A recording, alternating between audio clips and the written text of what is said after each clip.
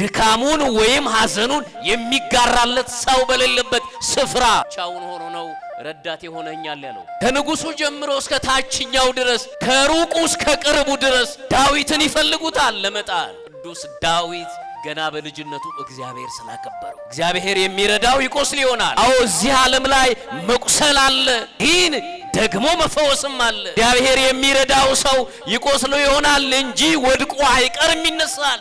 ምክንያቱም ከሱ ጋር ያለው ረዳቱ እግዚአብሔር ነው። ሲወድቅ የሚያነሳው አለ፣ ሲራብ የሚመግበው አለ፣ ሲጠማም የሚያጠጣው አለ፣ ሲራቆትም ልብስ ሆኖ የሚያለብሰው አለ። እግዚአብሔር መቼ ነው የምትረዳኝ? የኔን ጉዳይ መቼ ነው የምትቀይረው? የኔን ታሪክ ከሰው ጋር የምታስተካክለው መቼ ነው? ከሌን እያየህ እኔን ዘንግተኛል። ያ የተጣመመውን ህይወት በኃጢአት የባከነውን ህይወት ዛሬም ማለዳ ማለዳ ኃጢአት ነው፣ ዛሬም በደል ነው የምሰራው፣ ዛሬም በክፋት ነው ያለሁት፣ ዛሬም በድፍረት ነውር ውስጥ ነው ያለሁት፣ ዛሬም የድፍረት ኃጢአት ገዝቶኝ ነው ያለሁት። እግዚአብሔር ሆይ ጎብኘኝ፣ ከዚህ ማንነት እንደወጣ በሉት። እግዚአብሔር ያወጣል። ወንድም በወንድሙ ላይ እየጨከነ ነው። እናት በልጇ ላይ፣ አባትም በልጆቹ ላይ፣ ልጆችም በወላጆቻቸው ላይ፣ ወዳጅ በወዳጁ ላይ እየጨከነ አይደል? አብሮ የበላ አንድ ታሪክ ያለው ትላንት የሚተዋወቅ አብሮ አፈር በመፍጨት ያደገ እንደምንለው ትላንትና አብሮ ብዙ ነገር ያሳለፈ ዛሬ እየተገፋፋ አይደለም? እና አምላኬ ሆይ የሚል ልብ ያስፈልጋል። ይሄ ክፋት እንዲወገድ፣ ይሄ መለያየት እንዲወገድ፣ እንዲህ አይነቱ ከኛ መካከል እንዲወጣ የእግዚአብሔር የሆኑት እግዚአብሔርን በልባቸው ይሳሉት ክፋትን ይጠሉታል። በመታመምም በጤናም ሰው ቢወደኝም ባይወደኝም ኑሮ ቢስተካከልም ባይስተካከልም በህይወቴ ዘመን ሁሉ በአንተ ደስ እያለኝ እያመሰገንኩ እኖራለሁ። በሚመችም በማይመችም እናቴ ሆይ በደስታ ጊዜ አመለክሽው አምላክ መከራ ሲመጣ እንዳትግጂው፣ ኑሮ በተመቻቸ ጊዜ ያመለክሽውን ጌታ መከራው ችግሩ ሲመጣ ደግሞ እንዳትሸሽው። እግዚአብሔር በመከራ የሚሸሽ አይደለም፣ በደስታ የሚቀርብ አይደለም። እግዚአብሔር ሁሌም የሚቀርቡት ጌታ ነው። ለዚህ ነው ቅዱስ ጳውሎስ ሁል ጊዜ በጌታ ደስ ይበላችሁ ያለው። ይሄን እጅ የሰራው እግዚአብሔር በጎ እንድናደርግበት ነው፣ ደካማውን እንድናግዝበት ነው። እና እነዚህ እጆች ለክፋት እንዳይነሱ አለ። እዚህ ውስጥ ያላችሁ ባሎች ሚስቶቻችሁን የደበደባችሁ ካላችሁ ራሳችሁን ተመልከቱ። ይሄን እጅ የፈቀደው እግዚአብሔር በጎ እንድንሰራበት ነው፣ መልካም እንድናደርግበት ነው፣ እንድንጸልይበት ነው። ልክ እንደ ቅዱስ ዳዊት እጆቼን አነሳለሁ እንድንል። አሁን ግን ሁሉ በድፍረት ሆኗል፣ ሁሉ በንቀት ሆኗል። ስለዚህ ሴቶች ሆይ አለ በእውነት አትደፋፈሩ አለ፣ ራሳችሁን አትገላልጡ አለ፣ ራሳችሁን ሸልሙ፣ የሚገባው ልብስ ልበሱ፣ እግዚአብሔር የሚከብርበት ህይወት ይኑራችሁ አለ። ውበት የሰጠሽ እግዚአብሔር ነው፣ እውነት ነው። ግን ደግሞ ያን ውበት ለኃጢአት የምትጠቀሚበት ከሆነ ግን እግዚአብሔር ደግሞ ይቀጣሻል፣ በኑሮ ይጎዳሻል። ስለዚህ ይሄ የመደፋፈር ህይወት፣ የነውር ህይወት፣ ለሰይጣን የተመቸ ህይወት አይኖራችሁ። ለእግዚአብሔር የተመቸ ህይወት ለሰጪው ቀላል ነው፣ ለተቀባዩ ግን ከባድ ነው። አው ስንሆንበት ነው በርግጥ ከባዱ። ግን ቅዱስ ዳዊት ተመልከቱ፣ ያንን ሁሉ ታሪክ እግዚአብሔር አሳለፈውና አሁን የእስራኤል ንጉሥ አድርጎ ሾመልከቱ። በምንም አይነት ሁኔታ ውስጥ ሆኖ እግዚአብሔርን እንዲህ እያለ ያመሰግን ነበር። እዚህ ከሚያምረው ቤተ መቅደስ ውስጥ ከምኖር ይልቅ በአንተ ቤተ መቅደስ ብጣል ይሻለኛል። እና እናንተ እኮ እግዚአብሔር የመከራውን ጊዜ አሳልፎ፣ የስቃዩን ጊዜ አሳልፎ፣ የችግሩን ጊዜ አሳልፎ ከፍ ሲያደርገን ሁሉ ሲደላደል ያደላደለልን እግዚአብሔር ምን ረሳለን? ጥላ እንደምታውቁት ይኸውን ዝናብ እየዘነበ ነው። ከዚህ ዝናብ ይታደጋል ጥላ ከፀሐይ ይታደጋል። ከሚዘንበው ዶፍ ዝናብ ይከላከላል። ጥላ የምድራዊ ጥላ ነው፣ በሰዎች የተሰራ ጥላ ነው። እግዚአብሔር ግን በእኛ ላይ ብዙ የሚወርድብን የመከራ ዶፍ፣ ስቃይ ዶፍ፣ የጠላታችንን ቀስት እግዚአብሔር ጥላ የሆነ ስንቴ እንዳሻገረን ብታውቁ። አሁንማ ትሕትናው እንደው የላይ ሆኗል። ክርስቶስ ያለው በዛ በማቴዎስ ወንጌል ምዕራፍ 11 ቁጥር 28 ከኔ ተማሩ እኔ በልቤ የዋህ ትሁት ነኝ ነው ያለው አይደል? ዛሬ እንደው አንዳንዴ ቤተክርስቲያን ውስጥ ስናይ የአባቶችን ቀሚስ ቆሻሻ ሳይነካው የሚያራግፉ ሰዎች ሁሉ ዝቅ ብለው እንደው የማስመሰል ይሄ ትሕትና በርግጥ ዝቅታ ይፈልጋል። በአካል የሚገለጥ ነው፣ ግን ደግሞ ማስመሰል አይፈልግም። እኔ አለ ክርስቶስ በልቤ የዋህ ትሁት ነኝ አለ። በምስጋና ተውቦ የሚኖር ባናመሰግነው ምስጉን ባናከብረው ክቡር ባንገዛለትም ዘላለማዊ ንጉሥ የሆነ ለደግነቱ ለቸርነቱ ለመልካምነቱ ፍጹም ስለሆነው እውነተኛ ፍቅሩ ዳርና ድንበር የሌለው ስንሰበር ጠጋኝ ሆኖ የጠገነን ስናዝን መጽናኛ ሆኖ ያጽናናን ስንራቆት ልብስ ሆኖ ያለበሰን የድንግል ማርያም ልጅ ጌታችን አምላካችን መድኃኒታችን ኢየሱስ ክርስቶስ ስሙ የተመሰገነ ይሁን። ጌታን ያየንባት መስታወታችን የሕይወት እንጀራ የበላንባት መሶባችን አቁራሪተ መዓት ምዕራገ ጸሎት የመላእክት የነቢያት የሐዋርያት የጻድቃን የሰማዕታት ወዳጅ የሁላችን እናት እመብዙኃን ቅድስት ድንግል ማርያም ጌታ ባከበራት ክብር የከበረች ትሆንልን። መላእክት ነቢያት ሐዋርያት ጻድቃን ሰማዕታት እግዚአብሔር ባከበራቸው ክብር የከበሩ ይሁኑልን። ረዳቴ ሆነኸኛል። ክቡር ሊቀ ስዩማን ጽጌ አስተራየ የዚሁ ታላቅ ቤተ መቅደስ ምክትል ጸሐፊ፣ ክቡራን የዚሁ ታላቅ ቤተ መቅደስ መምህራነ ወንጌል፣ አባቶች ካህናት፣ ወንድሞች ዲያቆናት፣ ዘማሪያን በዚህ እግዚአብሔርን ቃል ለመስማት በቃሉ ለማረፍ ጉድለታችንን ለመሙላት በዚህ የተገኛችሁ የልዑል እግዚአብሔር ልጆች የድንግል ማርያም ወዳጆች እንደምን ዋላችሁ? እንደምን አመሻችሁ? ምስጋናው የባህሪ ገንዘቡ የሆነ አምላካችን አባታችን ቅዱስ እግዚአብሔር ስራው ትክክል እውነት የሆነው አምላካችን እግዚአብሔር ስሙ የተመሰገነ ይሁን። መቼም እግዚአብሔር ክረምቱ ስላለ እግዚአብሔር እንደው እቺን ክረምት እቺን ሰዓት የወንጌሏን ሰዓት እንደው ዝናብ ባይኖር እንል ይሆናል። እግዚአብሔር አምላክ ግን በስራው ትክክል ነው። ዝናቡን በጊዜ ይመጣል፣ ፀሐዩን በጊዜ ይመጣል። ሁሉን በጊዜ የሚያፈራርቅ ትክክል የሆነ አምላክ ነው ያለንና ምስጋና ብትሰጡት ክብር ስጡት ለእግዚአብሔር ትክክል ስለሆነ። አንዳንዴም እምነታችን በእንዲህ አይነት ሁኔታ ውስጥ ይፈተናል።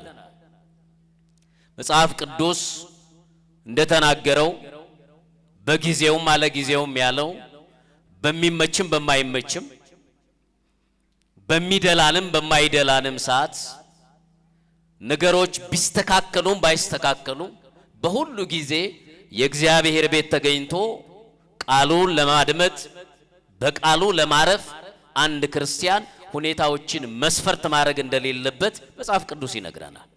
ስለዚህ እዚህ የመጣችሁት እንግዲህ ብርዱንም ቁሩንም ዝናቡንም ሳትፈሩ ስለመጣችሁ እግዚአብሔር የምንሰማውን የምናደምጠውን ቃል የልባችን ሰሌዳ ላይ ይጻፍልን።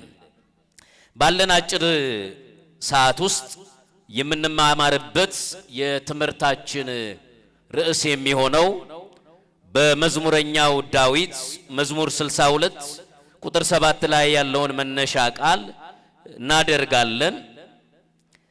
ቃሉም እንዲህ ይላል፣ ረዳቴ ሆነኸኛል ይላል።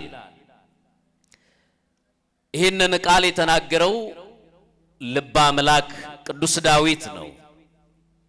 እንደምታውቁት ቅዱስ ዳዊት እግዚአብሔር የመሰከረለት እንደ እግዚአብሔር ልብ የሆነ እንደ እግዚአብሔር ሐሳብ የተመላለሰ መመላለስ ብቻ አይደለም የኖረ እግዚአብሔር በሕይወቱ የተደሰተበት ታላቅ ቅዱስ አባት ነው ቅዱስ ዳዊት።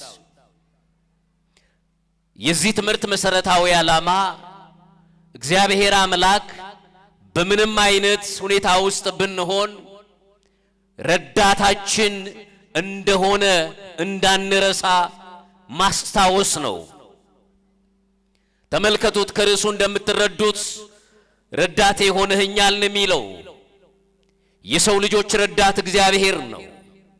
የሰው ልጆች አጋዥ እግዚአብሔር ነው። ከባህሪው የሚሰጥ ረዳትነቱ ከሰው የማይበደር ሰዎችን አግዙኝ የማይል ለደካማው ብርቱ ላዘነው መጽናኛ ተስፋ ለቆረጠው ተስፋ የሚሰጥ ደግሞም ተስፋ የሆነ አምላክ እግዚአብሔር እሱ ረዳት ነው። ተመልከቱ፣ የሰው ልጅ ከተሰጠው ነገር ነው የሚያካፍለው።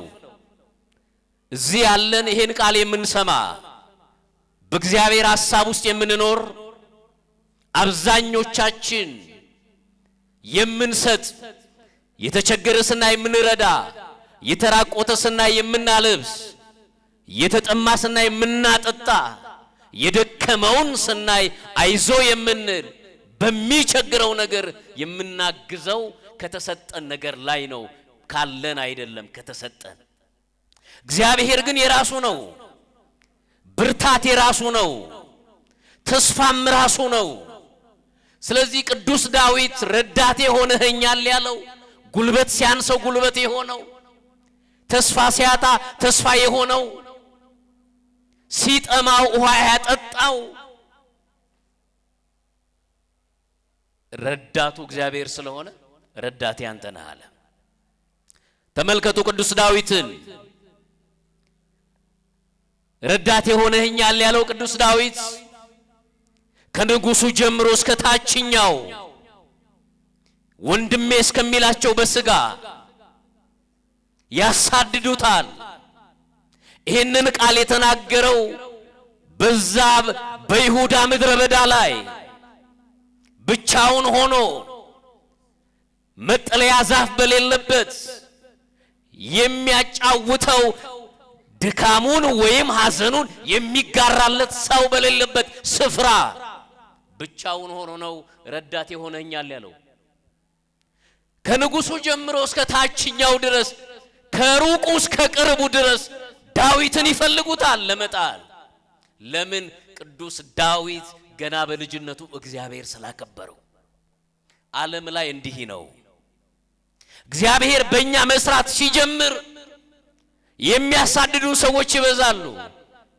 እግዚአብሔር በእኛ ገና ስራውን መጀመር ሲጀምር ገና ስራውን በእኛ ሀብሎ ነገሮችን በሮችን ሲከፍት መከራው ከየት እንደሚመጣ አታውቁም። ከሩቁ ስትጠብቁ ከቅርቡ ይነሳል። ማላቀው ሰው መከራ በዛብኝ ትሉ ይሆናል እንል ይሆናል። የቅርባችን የሥጋ ዘመዳችን መከራ ያበዛብናል። እና ቅዱስ ዳዊት ረዳቴ ሆነኛል አለ። ወገኖቼ ረዳታችን እግዚአብሔር ነው። ረዳት እሱ ነው። እግዚአብሔር የሚረዳው ይቆስል ይሆናል እንጂ መች ተሰብሮ ይቀራል። እግዚአብሔር የሚረዳው ይቆስል ይሆናል። አዎ እዚህ ዓለም ላይ መቁሰል አለ፣ ግን ደግሞ መፈወስም አለ። እግዚአብሔር የሚረዳው ሰው ይቆስል ይሆናል እንጂ ወድቆ አይቀርም፣ ይነሳል። ምክንያቱም ከሱ ጋር ያለው ረዳቱ እግዚአብሔር ነው። ሲወድቅ የሚያነሳው አለ፣ ሲራብ የሚመግበው አለ፣ ሲጠማም የሚያጠጣው አለ፣ ሲራቆትም ልብስ ሆኖ የሚያለብሰው አለ። እግዚአብሔር የሚረዳው ሰው ይቆስል ይሆናል እንጂ አይሞትም። ወገኖቼ እግዚአብሔር የሚረዳው ሰው ምናልባት ሰዎች ሊያንገዳግዱት ይችላሉ። ቅዱስ ጳውሎስ ትዝ ይላችኋል፣ በሚደርስብን መከራ በምናየው ነገር አንዳንድ ጊዜ ሰው እንደመሆናችን መጠን መከራው ሲበዛ ስቃዩ ሲበዛ እናመነታለን። ምን ነው እግዚአብሔር የለም እንዴ እንላለን። ይሄ መከራ የደረሰብኝ ለምንድነው እንላለን፣ እናመነታለን በሐሳብ ግን ተስፋ አንቆርጥም። ስለዚህ እግዚአብሔር የሚረዳው ሰው አንዳንዴ ሰዎች ሊገፈትሩት ሊያንገዳግዱት ይችላሉ፣ ግን አይጥሉትም። የሚጠብቀው እግዚአብሔር አለ እንደ ብርቱ ጉልበቱ የማይደክም የማይዝል የማይተኛ የማያንቀላፋ አለ እግዚአብሔር። ወገኖቼ እግዚአብሔር ረስቶኛል እንዳትሉ፣ እግዚአብሔር ትቶኛል፣ መከራው ሲበዛ ስቃዩ ሲበዛ እግዚአብሔር ረስቶኛል እንዳትሉ፣ ቅዱስ ዳዊት እግዚአብሔር ረዳቴ ነው አለ።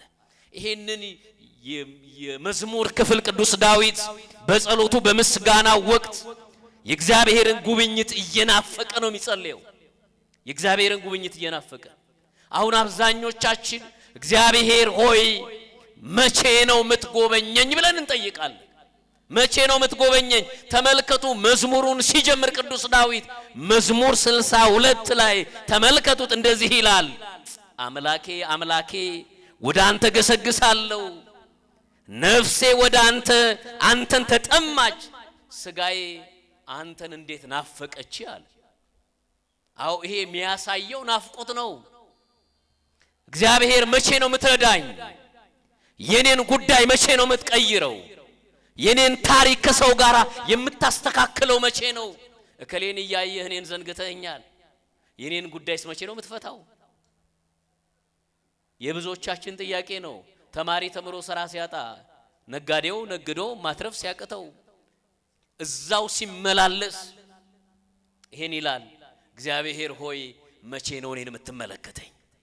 እና በምስጋና ውስጥ የእግዚአብሔርን ጉብኝት ይጠይቃል። እኔና እናንተ ምን እንጠይቅ ይሆን? እግዚአብሔር ሆይ እኔን ጎብኘኝ እንላለን? ያ የተጣመመውን ህይወት በኃጢአት የባከነውን ህይወት ዛሬም ማለዳ ኃጢአት ነው፣ ዛሬም በደል ነው ምሰራው፣ ዛሬም በክፋት ነው ያለሁት፣ ዛሬም በድፍረት ነውር ውስጥ ነው ያለሁት፣ ዛሬም የድፍረት ኃጢአት ገዝቶኝ ነው ያለሁት። እግዚአብሔር ሆይ ጎብኘኝ፣ ከዚህ ማንነት እንደወጣ በሉት። እግዚአብሔር ያወጣል። ብዙዎችም ማጸኑታል ከእንዲህ አይነት ነገር እንዲያወጣቸው እግዚአብሔር። ና ቅዱስ ዳዊት የብቸኝነት ህይወቱ አሰልችቶታልና አምላኬ አምላኬ ሆይ ወደ አንተ እጮሃለሁ አለ፣ ወደ አንተም እገሰግሳለሁ። አው ወደ እግዚአብሔር የሚጮህ ልብ ያስፈልጋል። አሁን ወንድም በወንድሙ ላይ እየጨከነ ነው፣ እናት በልጇ ላይ፣ አባትም በልጆቹ ላይ፣ ልጆችም በወላጆቻቸው ላይ፣ ወዳጅ በወዳጁ ላይ እየጨከነ አይደል? አብሮ የበላ አንድ ታሪክ ያለው ትላንት የሚተዋወቅ አብሮ አፈር በመፍጨት ያደገ እንደምንለው ትላንትና አብሮ ብዙ ነገር ያሳለፈ ዛሬ እየተገፋፋ አይደል ያለው? እና አምላኬ አምላኬ ሆይ የሚል ልብ ያስፈልጋል። ይሄ ክፋት እንዲወገድ፣ ይሄ መለያየት እንዲወገድ፣ እንዲህ አይነቱ ከኛ መካከል እንዲወጣ የእግዚአብሔር የሆኑት እግዚአብሔርን በልባቸው ይሳሉት ክፋትን ይጠሉታል፣ ነውርን ይጠላሉ፣ ኃጢአትን ይጠላሉ፣ በደልን ይጠላሉ። እግዚአብሔርን በልባቸው ያተሙት እና አምላኬ አምላኬ ወደ አንተ ጮሃለሁ። መጮህ ብቻ አይደለም እገሰግሳለሁ። ማለዳ ተነስቼ ወደ አንተ ነው ምገሰግሰው። ማለዳ ተነስቼ በፊት ነው ምቆመው። ገና ምስጋናዬን ስጀምር አለ አንደበቴን እንኳን ፊቴን እንኳን ሳልታጠብ እግዚአብሔር ሆይ አስፈሪውን ግርማ ለሊት አሳልፈ ይሄን ብርሃን ስላሳየኸኝ እግዚአብሔር ሆይ ተመስገን። እስቲ በሉት እግዚአብሔር ሆይ በሉ እስቲ ምን በል ተመስገን። ጨለማውን አሳልፈ ብርሃኑን የገለጥክ አንተ ነህ። እንቅልፍ አንዱ ሞት ነው። ያንን አሳልፈ በትንታ እንዳልሞት ጠብቀ ሌሊቱን አሳልፈ ደግሞ ይሄንን ብርሃን ይሰጠኝ አንተ ነህና ተመስገን። አመሰግንሃለሁ አለ ቅዱስ ዳዊት። ዛሬ የሚጮህ ልብ ጠፍቶ የለ? አምላኬ አምላኬ የሚል ልብ እኮ ጠፍቷል። ሁሉም መከሌን ግደልልኝ፣ መከሌን ስበርልኝ፣ የሱን ነገር ሳታሳየኝ አትውሰር ነው። ለወንድሙ አው ዛሬ በበቀል የተሞላ ነው። ለወንድሙ በጎ የማያስብ ወንድሙ ከሱ እንዳይበል ሁላችን የበላይ ሆነን መኖር ነው የምንፈልገው። የበላይ ማን ብቻ ነው? አረ ንገሩኝ፣ ማን ብቻ ነው? አረ ክብር ብትሰጡት ከእግዚአብሔር በላይ ማንም የለም። እግዚአብሔርን የሚያምኑ ሰዎች አሁን ዓለም ላይ ብንኖር ከዚህ ስንወጣ ሁላችን እንዳለን ነገር እንለያያለን። መኪና ያለው ከእግረኛው ይለያል። ገንዘብ ያለው ገንዘብ ከሌለው ይለያል። እንደ አቅማችን በዓለም ላይ እንዳለን የኢኮኖሚ መጠን እንለያያለን። እግዚአብሔር ቤት ስንመጣ ግን እኩል ነን። እኩል ያደረገን ማን ይመስገን? አረ ክብር ስጡት፣ ምስጋና ይገባዋል፣ ክብር ይሆንለት። እኩል ያደረገን እግዚአብሔር አንዱ ከሌላ አፈር አልተሰራም፣ አንዱ ከሌላ አፈር አልተሰራም። ሁላችንም ካፈር ነው የተሰራ ነው። ለስም አጠራሩ ክብር ይሆንለት። ለዛውም ግሩም ድንቅ አድርጎ ነው እግዚአብሔር የፈጠረን እና ቅዱስ ዳዊት ስጋዬ መቼ ነው የሚያርፈው አለ። ይሄ የብቸኝነት ሕይወት፣ ይሄ የመባከን ሕይወት እስከ መቼ ነው ተሰድጄ መኖረው? አሸዋው እግሬን እየበላ ደግሞም የሰማይ ፀሐዩ ራሴን እየሰነጠቀኝ ብቻዬን እስከ መቼ ነው መኖረው? ብዙዎቻችን እንዲህ ነው የምንለው። እስከ መቼ ነው ስጋዬ እንደሚባክነው? እስከ መቼ ነው እንደዚህ የሰው ባሪያ አገልጋይ ሆኜ መኖረው እንላለን። ይመጣል አንድ ቀን እግዚአብሔር። አቤት እሱ የመጣ ቀን ታሪክ ይገለበጣል። ትላንት ሲገፉን የነበሩ ሰዎች ይስሙናል። ትላንትና ሲነጥቁን የነበሩ ሰዎች ላበድር ይላሉ። ታሪኩን ማን ሲያስተካክል? እግዚአብሔር ያስተካከለ ቀን እና ቅዱስ ዳዊት ስጋዬ መቼ ነው የሚያርፈው? ለምላሜ በሌለበት ምድረ በዳ ውስጥ አንተ ወደ ህይወቴ መጥተ ህይወቴን እንድታለመልመው እማጸናሃለሁ ይላል። እማጸናሃለሁ በጣም የሚደንቀው ኃይልህንና ክብርህን አይዘንድ ይላል ቅዱስ ዳዊት።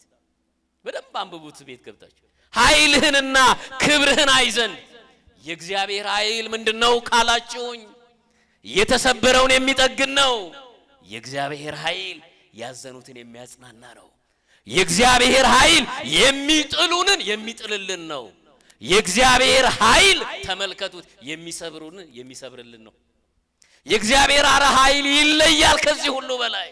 ቅዱስ ዳዊት እዚህ ይላችኋል ክብርህን አይዘንድ እያለ ነው የሚጠይቀው። እንደው እግዚአብሔር ክብሩን ይግለጥልን። አረ ብዙዎቻችን ልባችን ተሰውሯል። የእግዚአብሔርን ክብር ማየት አቅቶናል። የእግዚአብሔር ክብር ያዩም አይጨነቁም።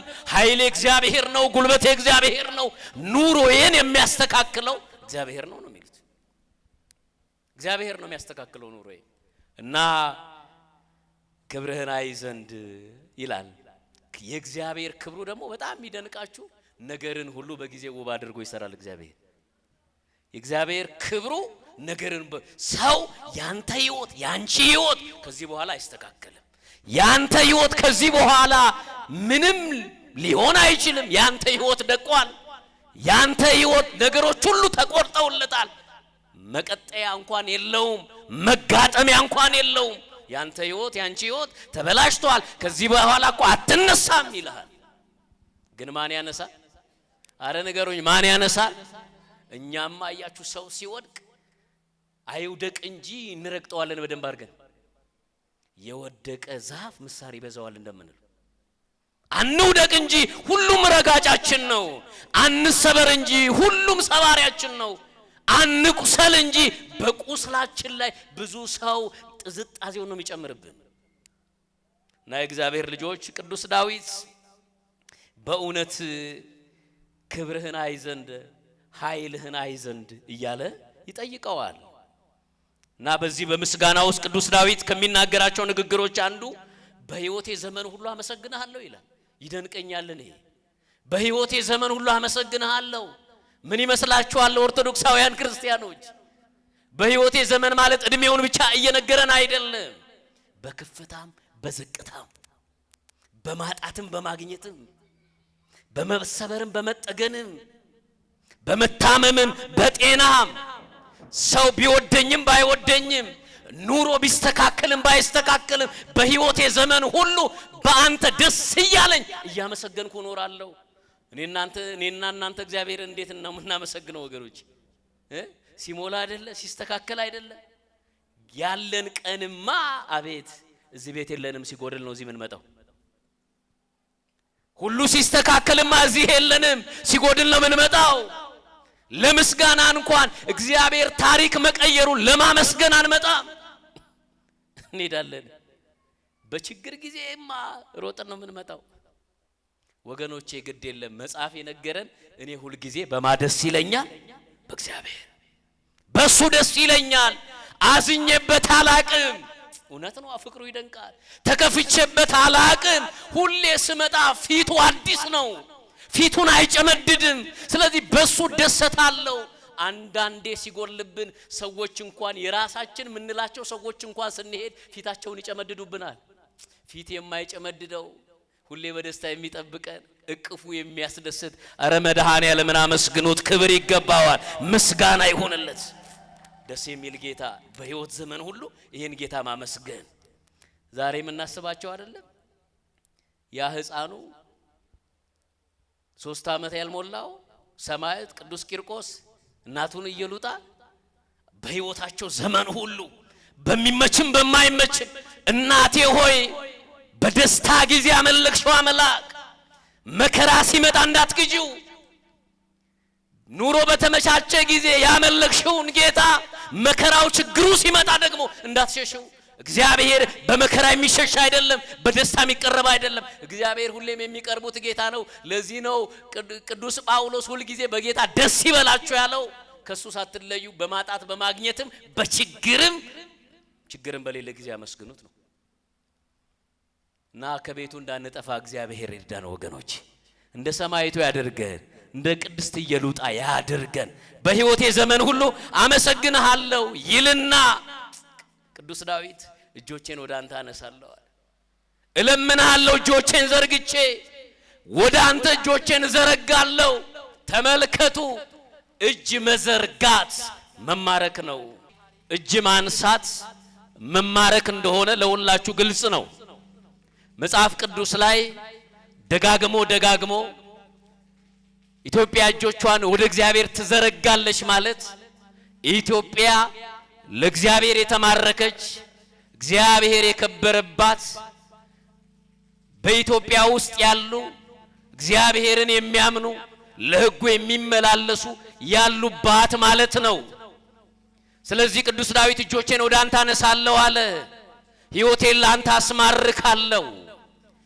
በዓለም ስርዓት ውስጥ ስትሄዱ አንድ ወታደር ሲማረክ እጁን ያነሳል። እጁን በማንሳት መማረኩን ይናገራል። ቅዱስ ዳዊት እየነገረን ያለው ሕይወቴን ላንተ አስማርካለሁ። አንተ ነህ የኔን ሕይወት የምታስተካክለው። ገንዘብ አያስተካክለው፣ ስልጣን አያስተካክለው፣ እናት አባቴ ወዳጆች የምላቸው ሕይወቴን አያስተካክሉትም። የኔን ሕይወት የምታስተካክለው እውነተኛውና አስተካካዩ ቀጥተኛውን መንገድ የምታውቀው አንተ ነህ። ለኔ የሚጠቅመውን የሚበጀውን የምታውቀው አንተ ነህ። ስለዚህ እጆቼን ወደ አንተ አነሳለሁ አለ ቅዱስ ዳዊት። ለሱ መማረኩን የሚያሳይ ነው፣ ለእግዚአብሔር መማረኩን። ዛሬ የኔና የናንተ ሕይወት ለእግዚአብሔር ተማርኳል ወይ ነው? እጃችንን ለእግዚአብሔር ሰተነዋል ወይ? ሕይወታችንን ለእግዚአብሔር አስረክበናል ወይ? ግድ የለም ብንነግድ፣ ብንማር፣ ብንሮጥ፣ ብዙ ነገር ብናደርግ ለእግዚአብሔር ያልተማረከ ሕይወት ባዶ ነው። እግዚአብሔር የሌለበት፣ እግዚአብሔር ያልከበረበት፣ በእግዚአብሔር ክንድ ላይ ያላረፈ ትዳርም ኑሮም ሕይወትም ባዶ ነው። ስለዚህ እጃችንን ወደ እግዚአብሔር እናንሳ። ሕይወቴን ውሰደው፣ አንተ ማርከው፣ አንተ የሌለበት ባዶ ነው በሉት። እግዚአብሔር ሲገባበት ይስተካከላል። ያ ሐዘን የነበረው ወደ ደስታ ይቀየራል። ያ የጎደለው ሕይወት መድኃኔዓለም በቤታችን ሲመጣ ይሞላል። እሱ ያድርግልን፣ ያስተካክልልን መድኃኔዓለም።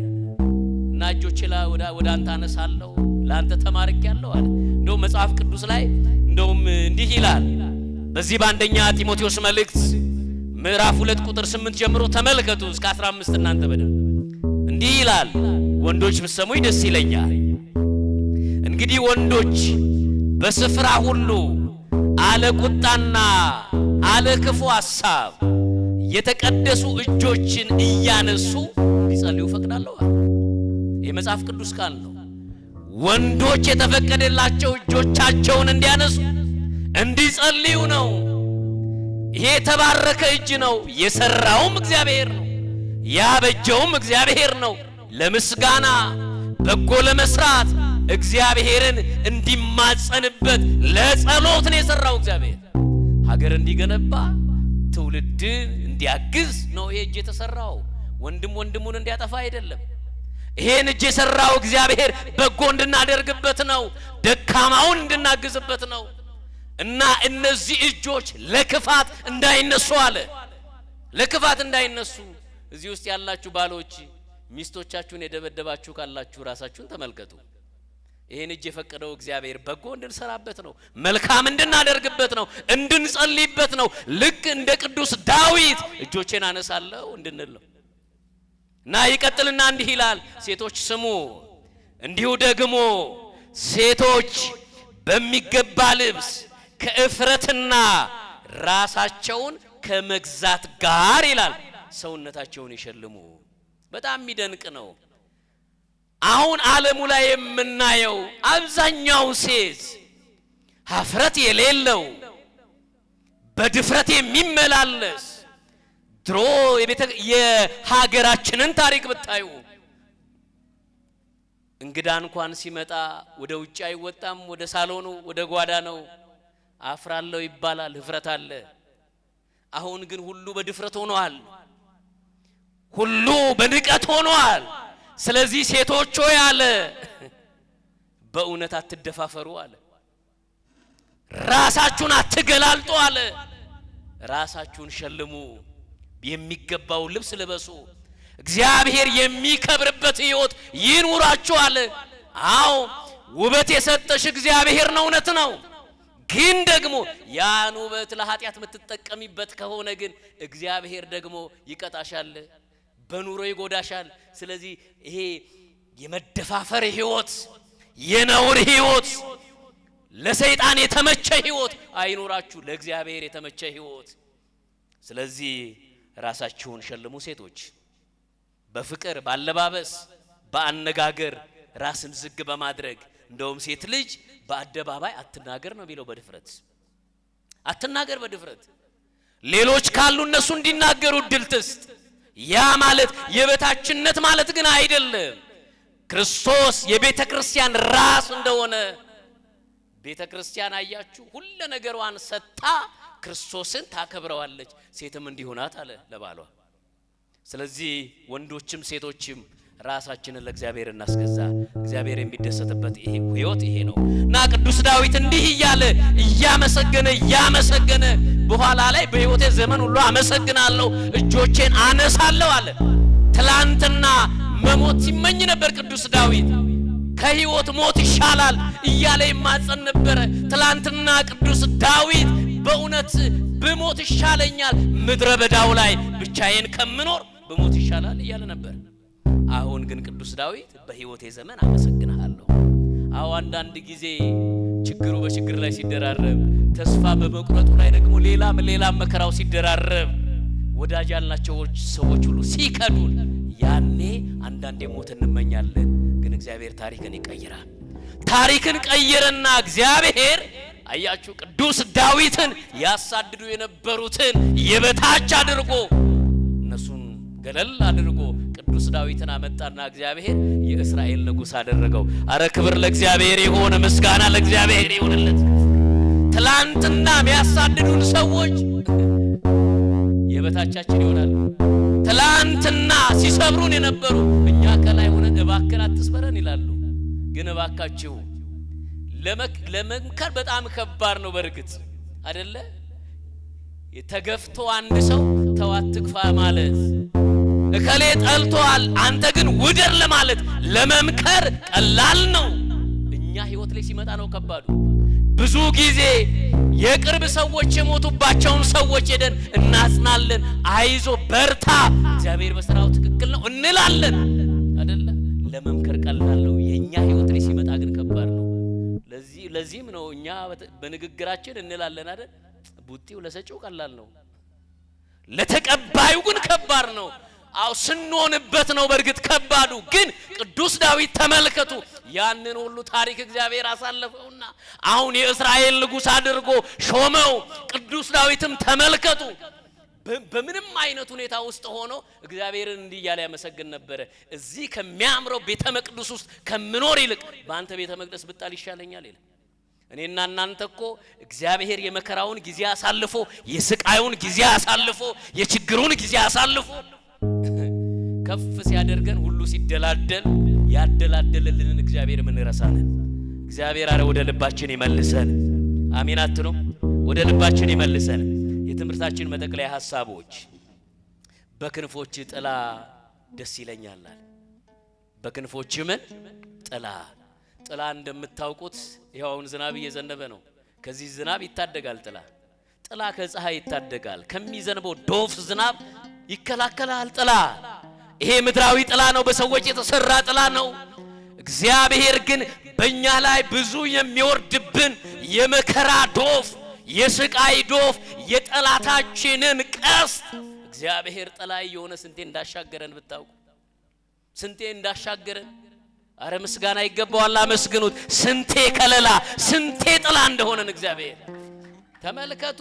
እሱን ያመኑት፣ ስለ ስሙ የሞቱ፣ ስለ ስሙ የታረዱ፣ ስለ ስሙ የተፈጩ፣ ስለ ስሙ ሰማዕት የሆኑ ሁሉ እግዚአብሔር እኮ ጥላ የሆናቸው ነው ብዙውን መከራ ያለፉት። እና እግዚአብሔር ጥላ ነው ወገኖቼ። ይሄንን ጥላችሁን እባካችሁ አትተውት። ይሄ ጥላ ከኛ ላይ የተነሳ ቀን መከራው ይሰብረናል፣ ስቃዩ ይሰብረናል፣ ተስፋ መቁረጡ አያስነሳንም። እግዚአብሔር ግን ጥላ ከሆነን ከየትኛው መከራ እየጋረደ ማክበር ማን ይችልበታል? እግዚአብሔር ይችልበታል።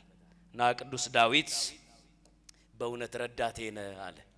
አንተ ነህ ረዳቴ ሆንከኝ፣ የመከራውን ጊዜ ያሻገርከኝ፣ ክፉን ጊዜ ያሻገርከኝ፣ ጎደሎነቴን የሞላህልኝ፣ ተስፋ ስቆርጥ ተስፋ የሆንከኝ፣ ያጽናናኸኝ ረዳቴ አንተ ነህ አለ። እባካችሁ ወገኖቼ እርስ በርሳችን እንዋደድ፣ እርስ በርሳችን እንፈቃቀር። ደካማውን መጽሐፍ ቅዱስ እንዳለ አበርቱት እንዳለ እስቲ እንበረታታ እርስ በርሳችን፣ አንነካከስ እርስ በርሳችን፣ አንጠላላ እርስ በርሳችን፣ አንጠላላ እርስ በርሳችን። አሁንማ ትሕትናው እንደው የላይ ሆኗል። ክርስቶስ ያለው በዛ በማቴዎስ ወንጌል ምዕራፍ 11 ቁጥር 28 ከኔ ተማሩ እኔ በልቤ የዋህ ትሁት ነኝ ነው ያለው አይደል? ዛሬ እንደው አንዳንዴ ቤተክርስቲያን ውስጥ ስናይ የአባቶችን ቀሚስ ቆሻሻ ሳይነካው የሚያራግፉ ሰዎች ሁሉ አሉ። ዝቅ ብለው እንደው የማስመሰል ይሄ ትሕትና በርግጥ ዝቅታ ይፈልጋል። አው በአካል የሚገለጥ ነው፣ ግን ደግሞ ማስመሰል አይፈልግም። እኔ አለ ክርስቶስ በልቤ የዋህ ትሁት ነኝ አለ። የዋህ ትሁት እንድንሆን ማን ይርዳ? ማን ያግዘን? የምንሞትበትን ቀን አናውቅ፣ የምንሄድበትን ቀን አናውቅ። መቼ እንደምንሄድ ስለማናውቅ ባካችሁ ክርስቲያኖች በፍቅር እንኖር፣ አንዱ አንዱን አይጥለፈው።